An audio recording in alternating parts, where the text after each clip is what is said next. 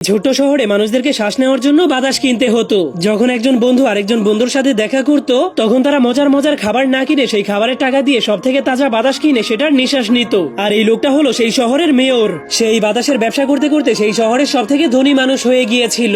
কিন্তু একদিন সে খবর পেয়ে যায় যে টনি নামের একটা ছেলে পৃথিবীর সর্বশেষ একটা বীজ খুঁজে পেয়েছে, আর যদি সেই বীজ থেকে একবার গাছ হয়ে যায় তাহলে পৃথিবীর সব মানুষেরাই ফ্রিতে বাতাস নিতে পারবে।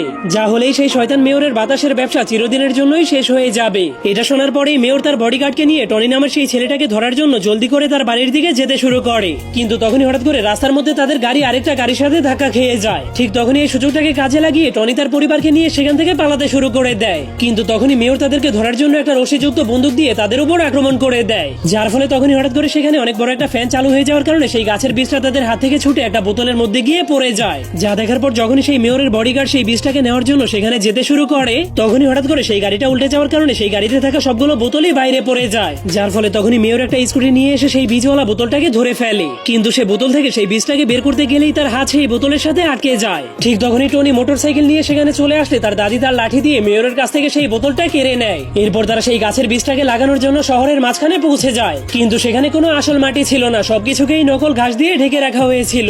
এজন্য তখনই দাদি একটা বুলডোজার এনে মেয়রের স্বর্ণের মূর্তিটাকে ভেঙে ফেলে, যার ফলে তখনই নিচ থেকে আসল মাটি বের হয়ে আসে। ঠিক তখনই মেয়র সেখানে গিয়ে মানুষদেরকে ভয় দেখাতে শুরু করে দেয়। তখন সে সবাইকে বলতে শুরু করে যদি আমরা আমাদের শহরে গাছ লাগাই তাহলে আমাদের শহরে মৌমাছি চলে আসবে, আর সেই মৌমাছিরা আমাদের শহরে সব ছোট ছোট বাচ্চাদেরকে কামড়ে মেরে ফেলবে। তখন মানুষেরা মেয়রের কথা বিশ্বাস করে টনিকে সেই গাছ লাগাতে নিষেধ করতে শুরু করে দেয়। এজন্য টনি কোনো রাস্তা না পেয়ে বুলডোজার দিয়ে শহরের উঁচু উঁচু দেয়ালগুলোকে ভেঙে ফেলে। কিন্তু যখনই মানুষেরা দেয়ালের অন্য পাশের ধ্বংস হয়ে যাওয়া দুনিয়াটা দেখতে পায় তখনই তারা সবাই অনেক ভয় পেয়ে যায়। এরপর টনি সেই গাছের বীজটাকে দেখিয়ে সবাইকে বলতে শুরু করে এটাই হলো আমাদের পৃথিবীটাকে বাঁচানোর শেষ সুযোগ। এই গাছটাকে লাগালে আমাদেরকে আর কোনোদিন সেই শয়তান মেয়রের কাছ থেকে টাকা দিয়ে বাতাস কিনতে হবে না। তখন শহরের সব মানুষেরা সত্য ঘটনা জানার পর মেয়রের উপর অনেক রেগে তারা সবাই মিলে মেয়রকে শহর থেকে বের করে দেয়। এরপর যখনই টনি সেই গাছের বীজটাকে মাটিতে লাগিয়ে দেয় তখনই ধীরে ধীরে পুরো আকাশটা নীল হয়ে যায়, যার ফলে শহরের সব মানুষেরা বহু বছর পর আসল বাতাসে শ্বাস নিতে পেরে অনেক খুশি হয়ে যায়।